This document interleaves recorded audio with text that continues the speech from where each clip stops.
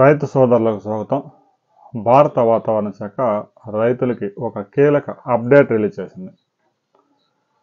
ఇప్పటికే రెండు తెలుగు రాష్ట్రాల మీద రెండు ఉపరితల ఆవర్తనాలు కొనసాగుతూ ఉన్నాయి. ఇక నైరుతి ఋతుపవనాలు కూడా నిష్క్రమణ ముగింపుకు వచ్చింది. మరో 2-3 రోజుల్లో నైరుతి ఋతుపవనాలు కూడా నిష్క్రమణ పూర్తిగా పోతా ఉంది.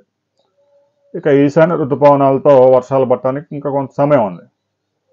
అయితే ఇప్పటికే బంగాళాఖాతంలో ఏర్పడి రెండు తెలుగు రాష్ట్రాల్లో విస్తరించిన ఉపరితల ఆవర్తనాల ప్రభావంతో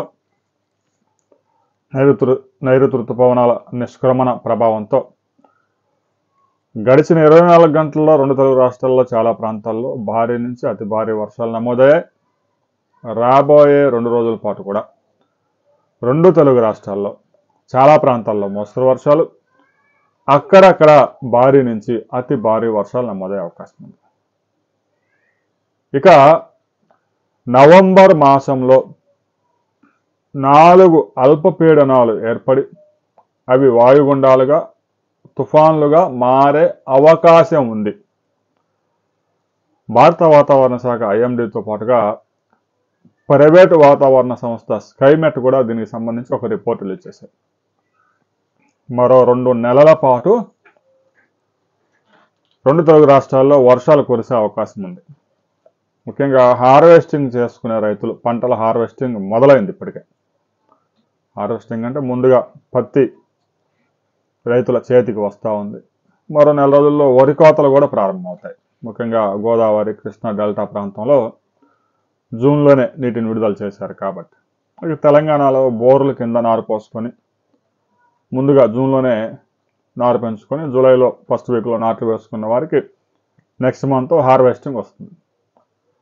హార్వెస్టింగ్తో పాటు బంగాళాఖాతంలో అల్పపీడనాలు వాయుగుండాలుగా మారడం, ఇక తుఫాన్లు రైతులకి గుండె దడను కూడా పెంచుతాయి. అయితే దీనికి సంబంధించి ఇంకా శాటిలైట్ పిక్చర్స్ ఇంకా కొంత క్లారిటీ రావాల్సింది. బంగాళాఖాతంలో ఏర్పడిన అల్పపీడనాలు అన్నీ వాయుగుండంగా మారే అవకాశం లేదు.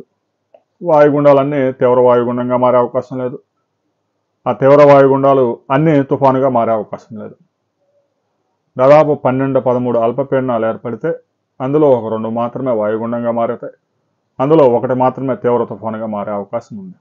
అయితే నవంబర్ మాసంలో పెద్ద ఎత్తున వర్షాలు కురిసే అవకాశం ఉంది కాబట్టి ముఖ్యంగా ప్యాడీ హార్వెస్ట్ కూడా 90% యంత్రాలతోనే జరుగుతుంది కాబట్టి బాగా డ్రైగా ఉన్నప్పుడు హార్వెస్ట్ చేయటం, అవి తడవకుండా చూసుకోవడానికి ముందుగానే రైతులు టార్పాలిన్లు దగ్గర పెట్టుకోండి. ఇక పత్తి ఎలాగో హార్వెస్టింగ్ స్టార్ట్ అయిపోయింది.